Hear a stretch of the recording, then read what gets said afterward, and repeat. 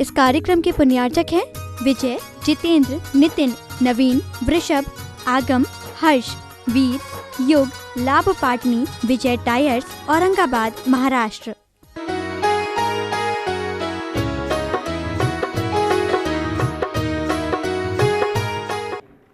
तो ये कम से कम पता चलेगा उनको कि आज एक कल्याणक है, इस कल्याणक की शुभकामनाएं प्रेषित की जा रही है। और 5 कल्याणक होते हैं, 5 की करो आज गर्भ कल्याणक, एक जन्म कल्याणक है, तप कल्याणक है, ज्ञान कल्याणक में, और भगवान के नाम भी याद होंगे और साथ साथ में उनके कल्याणकों के प्रति आपका समर्पण, उनका बच्चों का समर्पण भी दिखेगा। और मैं तो यहाँ तक कहता हूँ, हमेशा कहता हूँ कि वो जो 24 आप सिर्फ पार्श्वनाथ को बनाते हो, आप सिर्फ महावीर भगवान को बनाते हो, ज़्यादा से ज़्यादा आजकल आदिनाथ भगवान का मोक्ष कल्याणक बनाते हो। नहीं, 24 भगवान के कल्याणक, जब 24 भगवान एक जैसे हैं तो 24 भगवान के कल्याणक बनाना चाहिए, मोक्ष कल्याणक। और 24 भगवान के मोक्ष कल्याणक में उनसे बोलना चाहिए कि आप लाडू सजा कर लाओ। इन भगवान का जब आपको पता चलेगा, आपको पता ही नहीं चलता और कल्याणक चले जाते हैं, तो ये पता भी चलेगा। और उनसे कहो कि मोक्ष कल्याणक है, कल लाडू लेके आना, नहीं लाडू ला रहे तो कुछ न कुछ उसको इस प्रकार से लेके आना। और दूसरी बात, उन छोटे छोटे बच्चों को दान के लिए आप प्रोत्साहित करो। दान के लिए मैं हमेशा कहता हूँ, आपको बता रहा हूँ, 10 लक्षण बताया था और हमेशा बताता हूँ। दान कैसे, शुक्ल पक्ष आया, शुक्ल पक्ष की एकम आई, तो शुक्ल पक्ष की जैसे जैसे चंद्रमा बढ़ेगा, 1 रुपया, 2 रुपया, 3 रुपया, 4 रुपया, उनको तिथि मालूम पड़ेगी कि कौन सी तिथि है। ये बच्चों को तिथि नहीं मालूम, अभी तारीख ही मालूम कि हाँ एकम के दिन 1 रुपया, दूज के दिन 2 रुपया। जैसे जैसे शुक्ल का चंद्रमा बढ़ रहा है वैसे वैसे हमें पूर्णिमा तक कितने आ गए, 15 रुपये। और फिर जब कृष्ण पक्ष आएगा तो फिर उसको 14, 13, 12, 11, 10, 9, आप 2-3 बार पाठशाला में सिखाना, वो तिथि भी सीख जाएंगे और दान भी देना, जितनी जिसकी जैसी सामर्थ्य हो, ऐसा प्रेशर मत देना। और डलवा हुआ तो उनके अंदर दान की भी अहम भूमिका तैयार होती चली जाएगी। वो दान देने के लिए भी उनका मन अपने आप बनता चला जाएगा। एक और बहुत अच्छा चिंतन मेरे दिमाग में आया, वो भी आप लोगों के बीच में रख रहा हूँ। हो जाए तो बहुत अच्छी बात है, वो भी कर लो तो बहुत अच्छी बात रहेगी कि जितनी चीज़ें हैं, अभी 3-4 दिन से तो उसी पर प्रवचन चल रहा है मेरा भी, और 4-5 दिन उन्हीं विषयों पर लगभग प्रवचन चलेगा। जितनी चीज़ें हैं, वो फास्ट फूड हो, चाहे वो कैडबरी हो, चाहे वो किटकेट हो, चाहे वो चिंगम हो, चाहे वो आइसक्रीम हो, चाहे वो कोल्ड ड्रिंक्स हो, चाहे चाय हो, कॉफ़ी हो, चमड़े की वस्तु हो, चाहे वो साबूदाना हो, चाहे वो आलू हो, और भी जितनी चीज़ें हैं, इन सब चीज़ों को आपको क्या करना है, उन सब चीज़ों को आपको ये बताना है कि भैया ये चिंगम दी या ये हमने कैडबरी दी। अभी कैडबरी किस किस से बनती है आपको लिख के लाना है और अपनी बात सब लोगों के बीच में रखना है।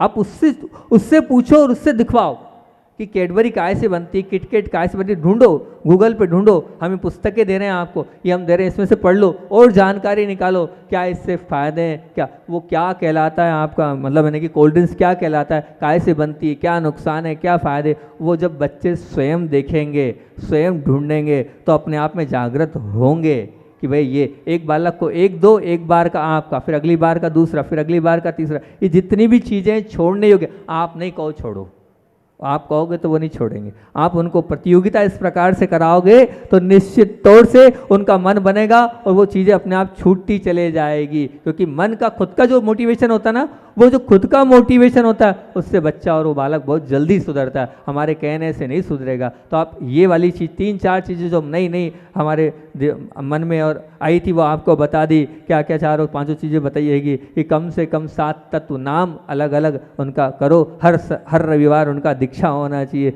और फिर उसके बाद नई चीज़ में हमने ये बताया विधान होना चाहिए, और विधान में जो मुख्य पात्र है वो भी आपको बनाना है। और फिर ज़ेन टेक्नोलॉजी की जो आपसे वीडियो और थीम देकर उनसे कलाकारी कराओ, 5 कल्याणकों के ऊपर आप उनके लिए बधाई कार्ड आप देते जाओ, बधाई दोगे तो उसमें उनको याद रहेगा। और दान की इस परंपरा को, और ये जो चीज़ें आपको बताई कि जो चीज़ें हैं उनसे कहो वो लिख कर लाएँ। अगर वो बोल नहीं पा रहे हैं तो पर्चे पर लिख कर लाएँ, पर वो उसको ढूंढे स्वयं। आप कुछ बताओ मत, आप पुस्तक तो दे दो कि ये पुस्तक है भैया, इसमें से देख सकते हो, आप मत बताओ, आप खुद ढूंढो और लिखो क्या ई नंबर होते हैं और इनमें क्या क्या मिला है, क्या क्या वस्तुएं इसमें आती है, तो उससे बहुत ज़्यादा उनका प्रोत्साहन मिलेगा। आचार्य भगवान का इतनी सारी बातें तो आपसे कर दी, 4 बातें आप लोगों के बीच में रख दी। कौन कौन सी 4 बात?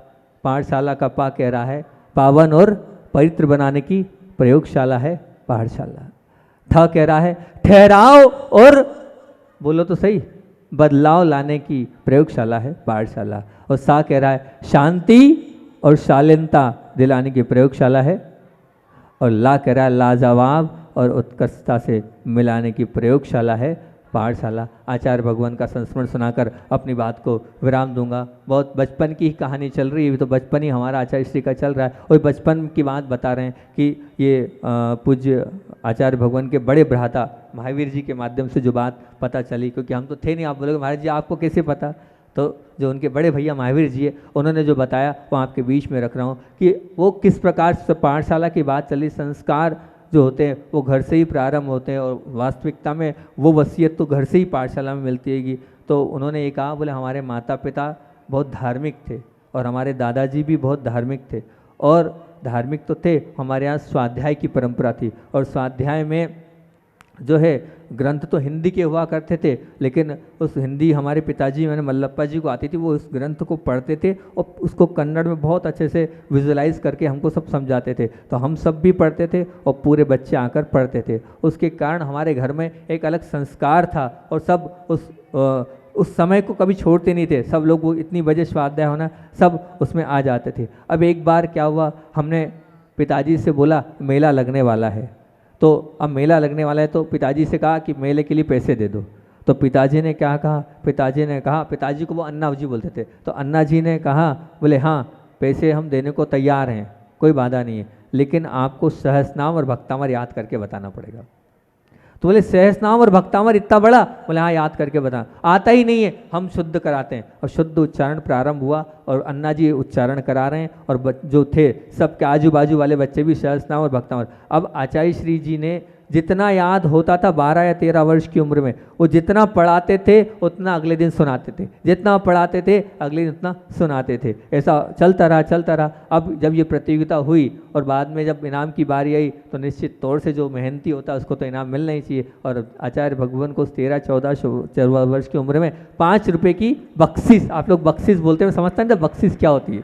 बख्शिश मतलब इनाम, 5 रुपये का इनाम उनको उस प्रतियोगिता में मिल गया। जब मिला तो उन्होंने एक ही निवेदन किया, वो महान लोग ऐसे ही निवेदन करते हैं कि आचार्य जी मैं अकेला मेले में जाके, मतलब उन्होंने कहा आचार्य जी ने अपने पिताजी मतलब अन्ना जी से, मैं अकेला क्या करूँगा जाकर, हैं सबको ले जाना है, कि 5 रुपये में क्या होगा, सबको इनाम दो, आप सबको बख्शिश दो। तो उन्होंने सबसे निवेदन करके सबको बख्शिश दिलाई और मेले में गए। और फिर एक और बात आपको बता दूं, जब ये सहस्रनाम और उन्होंने ये याद कर लिया तो वहाँ पर एक महाबल महामुनिराज आए थे और महाराज जी महाबल सागर जी आए थे। जब उन्होंने सहस्रनाम और वो सुना तो उन्होंने एक ही बात बोली, ये बच्चा तो बहुत बढ़िया है, बहुत अच्छे से उच्चारण कर रहा है, हमारी भावना ये है इसको तत्वार सूत्र याद कराया जाए। तो जब उसने सुना मतलब विद्याधर ने, तो बोले अपने पिताजी के पास अन्ना जी के पास पहुँचे और उन्होंने कहा महाराज जी ने तत्वार सूत्र का बोला है, हमें तो पढ़ना भी नहीं आता है। फिर तत्वार सूत्र का उच्चारण मल्लप्पा जी ने कराया, अन्ना जी ने कराया और आपको सुनकर बड़ा आश्चर्य होगा, 7 दिन में तत्वार सूत्र आचार्य श्री जी ने पूरा याद कर लिया और 8वें दिन जाकर महाराज जी को सुना दिया। तो वो महाराज जी के सब थे, नित नित जो उनका आशीर्वाद था वो नित नित आत्म विकास हो, धर्म मार्ग पर ऊंचाइयों को प्राप्त हो, मेरा पूरा पूरा आशीर्वाद है। ऐसे संस्कार होते हैं तब कहीं जाकर ऐसे युगवीर बनते हैं। आप सब बने इसी भावना से बोलिए आचार्य वन विद्यासागर जी महामुनि राज की। भगवान बनना है, भगवान के बाजू में बैठना है, भगवान बनने की हैसियत प्राप्त करना है, तीर्थंकर बनना है।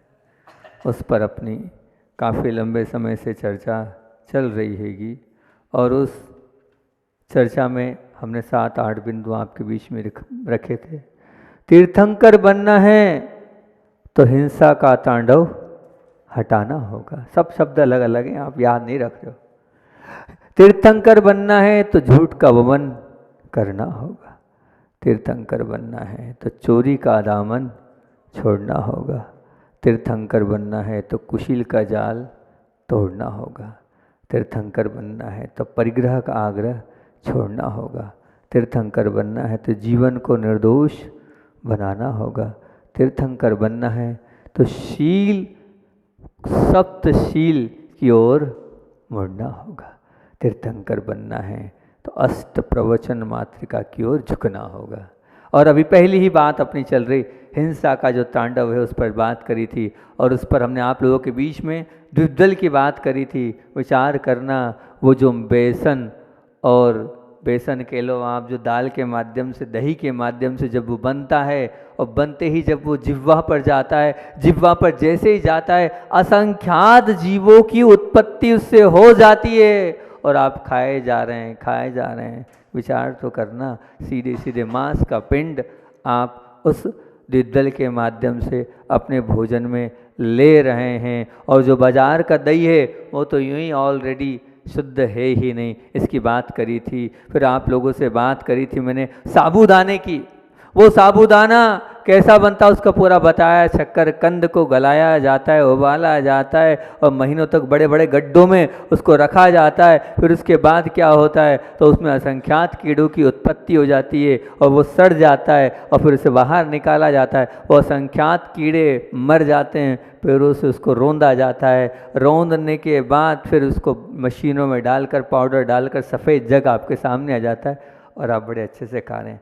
असंख्यात कीड़ों का वो शरीर है, वो ऐसा गंदगी युक्त वो साबूदाना है, लेकिन आप उसको बड़े चाव से खा रहे हैं। मैंने आपसे चमड़े की बात भी करी थी कि वो जो जितना नरम चमड़ा है वो कैसे बनता है। पशुओं को 4 दिन तक भूखा रखा जाता है, फिर 200 डिग्री सेंटीमीटर वाले तेज उबलते उबलते पानी में उनको डाला जाता है और फिर उसके बाद डालने के बाद मुलायम बनी रहे चमड़ी। ये कारण है उसका, क्योंकि अगर ऐसे करेंगे तो मुलायम नहीं रहेगी। आपको मुलायम चाहिए ना, आपका हाथ का स्पर्श अच्छा लगे, तो मुलायम चमड़ी प्राप्त करने के लिए उसे ऐसे उबाला जाता है और फिर पेट में हवा भरी जाती है। फिर स्वमेव पेट फूलने के बाद चमड़ी बाहर होती है। ये चमड़े की, उस मुलायम चमड़े की बात करी थी।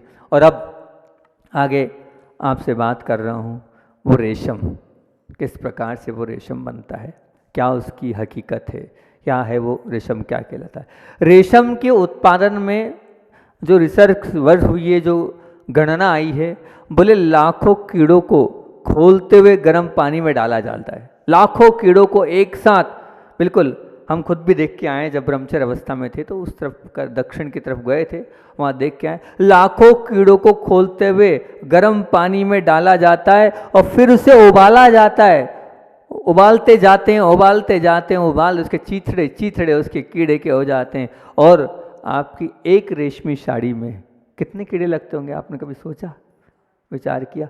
एक रेशमी साड़ी में 50,000 कीड़ों का उपयोग होता है।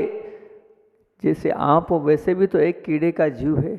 मतलब क्या हुआ, नगर, बड़ा नगर आपने सीधे एक साड़ी में समाप्त कर दिया। 50,000 जीव किसको बोलते हैं? आप विचार तो करना, 1 2 नहीं, 3 नहीं, 4 नहीं, हजारों में भी 50,000 जीव एक साड़ी बनने में लगते हैं। वो रेशमी साड़ी जिसे आप बहुत अच्छे से, आपको बहुत अच्छी लगती हैगी, क्योंकि वो आपकी स्किन को, आपकी त्वचा को लगती है तो बड़ी सॉफ्टनेस लगती है। लेकिन वो सॉफ्टनेस आप पा रहे हो 50,000 जीवों को मारकर, वो सॉफ्टनेस आपके अंग को स्पर्श कर रही है। विचार करना, जीवन में कभी भी रेशम के कपड़ों का बिल्कुल त्याग कर देना। थोड़ी बहुत भी आपके मन में दया और करुणा है तो रेशम के वस्त्रों का उपयोग कभी मत करना, कभी मत करना, कभी मत करना। बहुत जीवों की हिंसा उस रेशम के कपड़े में होती हैगी। फिर बात रखता हूँ आपके आगे कस्तूरी। ये कस्तूरी क्या होता नहीं आपको नहीं मालूम। आप सोचते हम तो उपयोग ही नहीं करते कस्तूरी का, हमें तो क्या है, हमने, क्योंकि आप कहाँ से लाओगे वो कस्तूरी, आपके बस की बात ही नहीं है। आप खरीद भी नहीं सकते उसको, आपकी ताकत से बाहर बात है कि आप उस कस्तूरी को खरीद पाओ। बहुत तो महंगी होती है, बहुत कीमती होती है, बहुत बहुमूल्य होती है। लेकिन वो फिर कहाँ कैसे उपयोग में आ रहा है? क्योंकि जो आप फुलेल या इत्र उपयोग करते हो, उस इत्र को, अब उस एक शीशी इत्र में ये मानता हूँ कि वो जो सुई की नोक होती है ना, उस सुई के नोक का भी और भी छोटा हिस्सा मान लो आप, वो छोटा सा हिस्सा एक इत्र की शीशी में होता है। इतनी महक वाली वो होती है क्या? कस्तूरी। आप कह रहे हो ना, आपकी कीमत के बाहर बात है। कैसे मिलती है वो? बोले इस कस्तूरी के कारण, इस सुगंध के कारण जो कस्तूरी मृग हैं, जब तक उनको मारोगे नहीं तब तक वो कस्तूरी प्राप्त नहीं होगी, तब तक वो कस्तूरी आपको नहीं मिल सकती है। तो विचार करना, कितनी सारी आज हजारों वो जो है कस्तूरी मृग मारे जाते हैं सिर्फ आपकी सुगंध के लिए। क्या आप सुगंध का आपको लग रहा है हमने जो सेंट लगाई है, जो हमने इत्र लगाया है, वो तो शुद्ध है, केवड़ा का है, गुलाब का है, इसका है, उसका है, लेकिन नहीं, बिल्कुल नहीं। उस सुगंध को बरकरार रखने के लिए उसमें बहुत कम मात्रा में डाली जाती है। उन लोग कहना वो इतनी महंगी है, हम 50 रुपये में आपको सीसी दे रहे हैं। 50 रुपये में कोई हम आपको कस्तूरी नहीं दे सकते इतनी महंगी।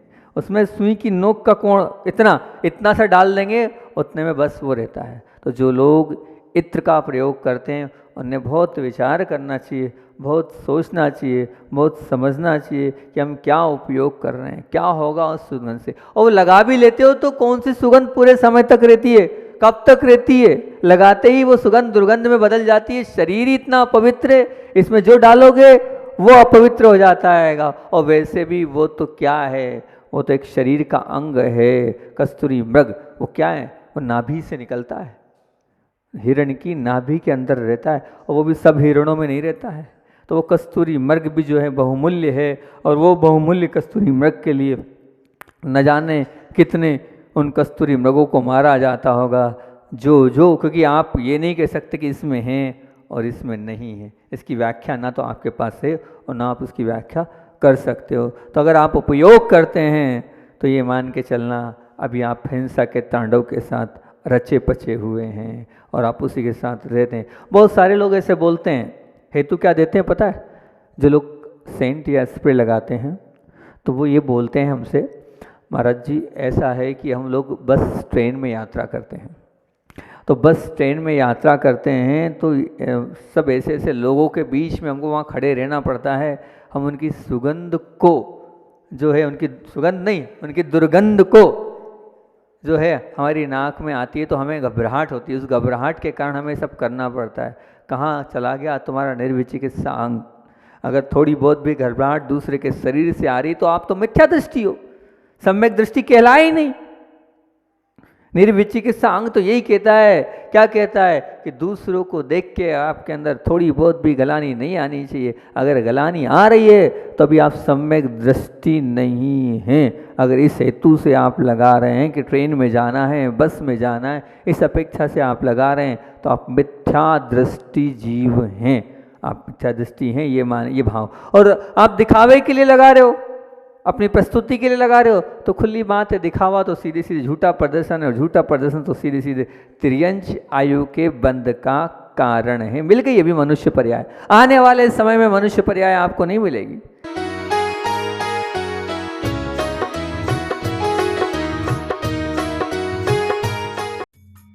इस कार्यक्रम के पुण्यार्चक थे विजय, जितेंद्र, नितिन, नवीन, वृषभ, आगम, हर्ष, वीर, युग, लाभ पाटनी, विजय टायर्स, औरंगाबाद, महाराष्ट्र।